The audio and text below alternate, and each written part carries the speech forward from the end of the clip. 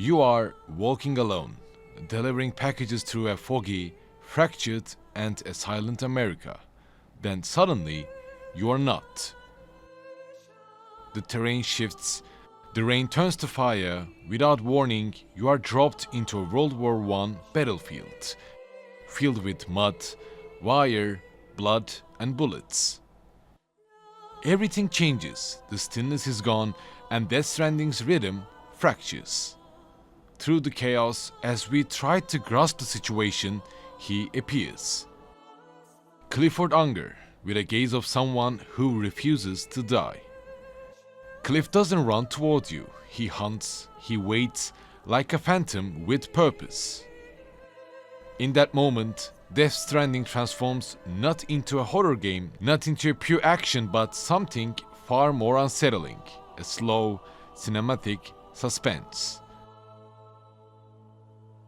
That was the moment I realized when I played the first Death Stranding before the sequel's launch.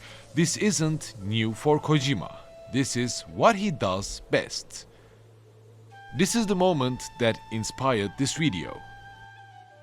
I'm Arcadenaut here, and today we are not talking about just any game. We are talking about the craft of suspense and how Hideo Kojima has mastered it across decades.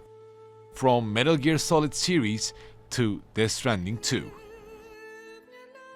Whether it's a boss fight that breaks the fourth wall, a mission that betrays the overall flow of the game, or a cutscene that reveals too little on purpose.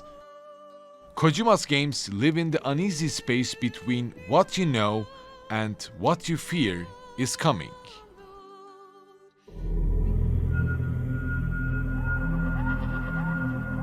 What really stuck with me while playing Death Stranding, something I keep thinking about even now, is how those cliff episodes shook me.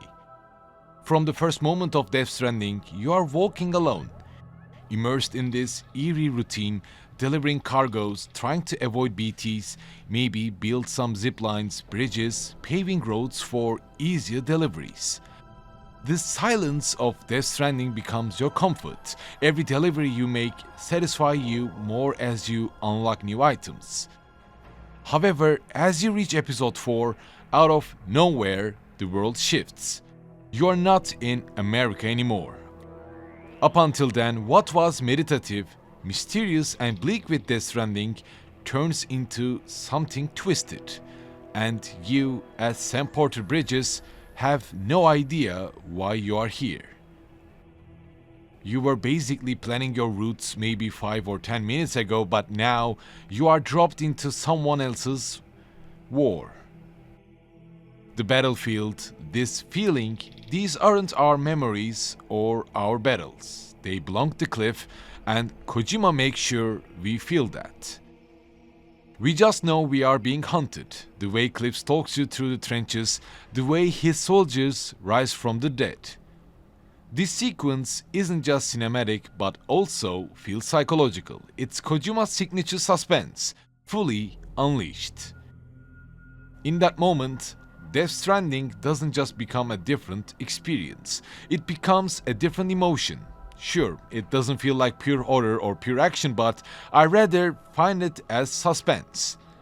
Cinematic, dreadful, deliberate suspense.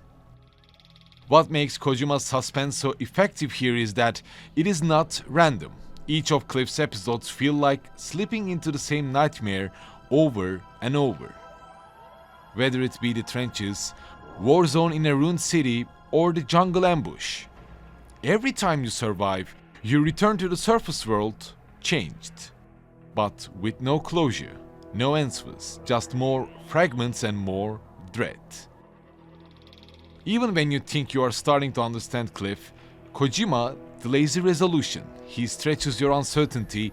There is simply no moment of exposition, no clear villain monologue. Only grief. Grief weaponized into a haunting presence that refuses to pass on. And what's interesting about Cliff is that he doesn't act like a traditional boss either. He doesn't charge at you with reckless aggression. Instead, he stalks. He speaks in riddles, calls out to his baby as he's looking for something or someone. This sense of suspense, although I still prefer the style of the first game, still hits with Death Stranding 2 as this legacy of Cliff passes to a new figure. Neil's not just another mysterious figure, he is a spiritual continuation of Cliff's suspense. His appearances in Death Stranding 2 are also fragmented, yet poetic and chilling. Maybe he doesn't chase you across war zones or create the same feeling of suspense like Cliff does, but Neil haunts the narrative in a similar way, appearing between chapters, bleeding into Sam's path, dripping with purpose you don't yet understand. That's the kind of suspense Kojima crafts, not the kind where you scream, but the kind that unsettles your rhythm. It makes you start wondering, is it happening again? Is Kojima trying to lure us once again? Here's the truth I come to accept, especially after playing through both Death Stranding and Death Stranding 2 and even Metal Gear Solid Twin Snakes before making this video. Kojima's suspense doesn't rely on danger, it thrives on mystery, betrayal and shock. This betrayal doesn't happen between characters, but it happens between the game and the player, as well as the betrayal of the structure. Whether it be of expectation or of the very language of the game itself. Kojima simply builds you a flow and lets you settle into it. He lets you believe that you have figured it out. Just when you feel comfortable, he rips the floor out from under you. Death Stranding teaches you how to deliver, how to survive in a world built on repetition and solitude, but then Cliff shows up. Or the chapter opens with a cryptic cutscene that makes no sense. Kojima's been doing this for decades. I remember playing Metal Gear Solid 2 for the first time and feeling that exact same disturbance. You start the game as Snake, stealthing across the tanker, soaking in that classic espionage vibe. It feels familiar and somewhat you feel safe. Then suddenly, you're not Snake. Everything feels familiar, but you find yourself as Raiden. You're in the big shell, surrounded by odd dialogue, unreliable orders, and codec calls that slowly unravel into something broken. Raiden, turn the game console off right now. What did you say? The mission is a failure. Cut the power right now. As the whole Sons of Liberty experience feels like a weird version of the first Metal Gear Solid experience, you see the Colonel telling you to turn off the console as your whole sense, your instincts warn you not to trust your own mission. Little by little, Kojima turns the whole structure against you. The enemy isn't the soldiers on screen, it is the system itself. The rules that used to keep you grounded are now warped and unreliable. That's what makes it terrifying and memorable, not in a traditional sense but in a deeper, existential way. You stop trusting the world, you stop trusting the game, and in that uncertainty, Kojima creates his tension. It is this same feeling that creeps in during the Phantom Pain. You are building up your base, growing your army, every system it presents feels purposeful. You are basically extracting soldiers, expanding Mother Base, shaping the world around your will. But then, everything begins to shift. As Chapter 2 begins to drag you to feel something's wrong. With the harshest of truths, the reveal that you aren't who you thought you were. You are not Big Boss, but you are his double. A phantom created to live his legend while the real man hides in the shadows, building his outer heaven. Although Kojima doesn't deliver that twist with a dramatic boss fight or a cinematic final speech, he makes you sit in it. He plants the initial seeds of doubt as you start your experience and see a character creation screen which seems somewhat off in a Metal Gear Solid title. Kojima simply lets you spend dozens of hours investing in a lie, only to show you that every mission, every choice, every proud moment of progress was built on someone else's name. This slow-burning realization, the seeds of doubt, is one of the expertise of Kojima. Maybe that's the genius of it. Kojima doesn't weaponize suspense through simple jump scares or high-tension chase sequences. He simply does it by making you question the game itself. And once you do, there is no going back. Once the seeds are planted, you stop trusting the UI, you stop trusting the flow of Kojima's vision or the mission structure. Every familiar system, every familiar character now feels suspicious. Like it's waiting to turn on you. That's the moment you realize you're not playing by your rules anymore. You are playing by Kojima's. There is something uniquely unnerving about the silence in a Kojima game. Not the kind of silence that's empty, but like something as if the world is waiting for you to make the wrong move. Especially Death Stranding thrives in this silence. You are trekking across a lonely landscape and then there is the rain. Timefall doesn't just bring danger, it brings inevitability. You hide, you wait, you scan, but it never feels safe. The absence of music, the low hum of your Odratech twitching, it all stacks up. It delivers the cinematic storytelling through void, through what is lacking, and Kojima wields it with restraint. He doesn't fill the space with exposition. This mastery of silence didn't start with Death Stranding. One of Kojima's earliest lessons in suspenseful quiet came in Metal Gear Solid 3. Especially during the sniper duel with the Ant. For a boss fight, it is shockingly still. No music, no urgent voices, just winds, birds, and the distant crack of a rifle.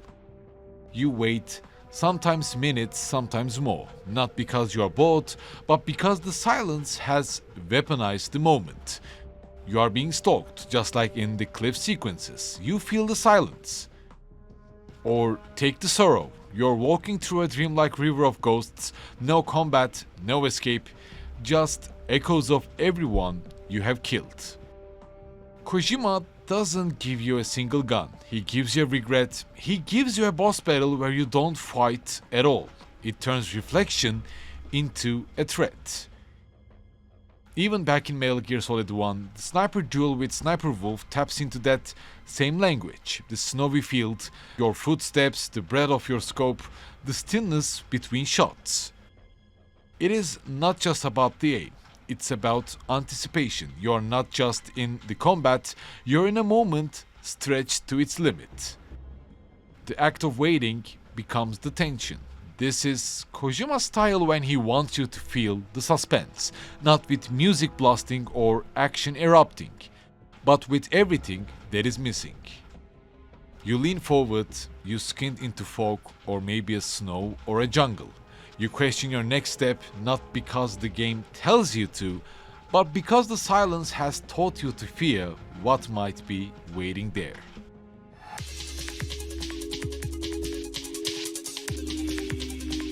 Kojima's most memorable, best boss encounters aren't measured by difficulty, but how they fracture your expectations. On one side, they are psychological set pieces designed to haunt you long after you have walked away. And one most known, the fundamental of Kojima's suspense design starts with Psycho Mantis. You walk into that room in Metal Gear Solid, your screen glitches, your controller vibrates, and suddenly your memory card becomes a plot device. Psycho Mantis reads your data, taunts your tasting games, and dodges every attack. Until the game itself becomes your puzzle. You don't beat Mantis with strategy, you simply beat him by changing ports of your controller. Kojima isn't just messing with mechanics here, he's breaking the fourth wall to force you to think differently. And that discomfort, that wait, what's happening moment is where the suspense blooms. You are no longer in control, you are playing a game that knows you. Besides Psycho Mantis, another boss encounter that traumatized me when I was a kid was Grey Fox. Grey Fox doesn't fight to win. His dialogue is laced with trauma, the way he vanishes mid-fight, how Grey Fox deflects your bullets and forces you to think outside the box with all of your weapons failing. Kojima forces you to do the last resort. rely on your fists and confront Grey Fox head on. This same feeling appears with the Sorrow as well, who arguably remains as Kojima's most elegant boss encounter. You don't fight against the Sorrow, but you simply walk through a river of ghosts as the echoes of everyone you have killed walking towards you and judging you. The suspense isn't about survival, it is about being forced to remember. Kojima makes your violence literally haunt you. Every decision, every unnecessary kill comes back to crawl beside you. And at the end, you don't win. You don't fight against the Sorrow, you lie down and let yourself die. That's what Kojima's boss design demands. Not reflexes, not quick time events, but maybe memory, vulnerability, doubt. He doesn't want you to defeat his characters, but he wants you to feel them.